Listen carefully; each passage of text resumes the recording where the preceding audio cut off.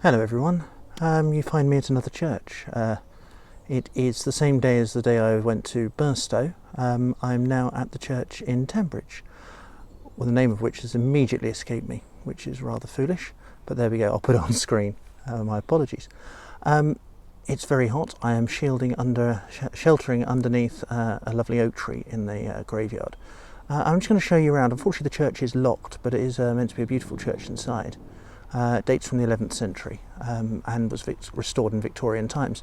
And there is also something very impressive to show you in the churchyard, and I know that one of my friends especially will be very keen to see it. Right, let's get on. So here is the church. As you can see, it's made out of local stone. We are on the Greensand Way here, or very close to the Greensand Way, and eventually Richard Vobes and I, who've been walking the Greensand Way very slowly, will make it as far as here. It's about 4 or 5 years or so. Now I'm just walking around here. Do forgive me, I left the gimbal in the car, so it might be a little bit wobbly. What I quite like about this church, it does date, I think there's some early bits that are 11th century. The spire is one of the earliest sort of this type of spire, I understand, 13th century. But I do like the fact it has some domestic style dormer windows in there. Now, one of the things that I'm going over here to have a look at, because obviously I did a lot of swatting up beforehand, as you can imagine, is that there is meant to be the tomb of Gilbert Scott's wife. Now, Gilbert Scott is one of the great Victorian church restorers, rebuilders, and I was told it was over here, to the west of the church, but it's not that one. So who knows? Probably because this is the east of the church and I really should know my east and west. But what the real claim to fame of this church, which again is one of these very small rural villages, Tandridge, although it has given its name to the local district council, is that you know, and it still has a church here sitting on the ridge in an ancient position. But why people like here, and my friend Julia would like it, is this yew tree.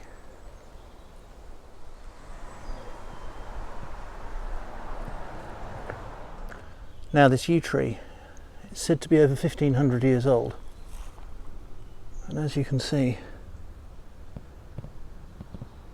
quite a venerable old lady sat here, predating at least the current church building. Whether there was a church here 1500 years ago, I just don't know. I doubt there's been a church this long. But as we all know, churches are often built on old pagan sites.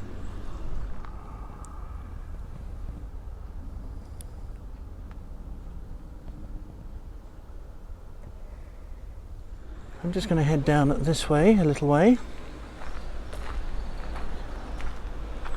Big modern looking lich gate.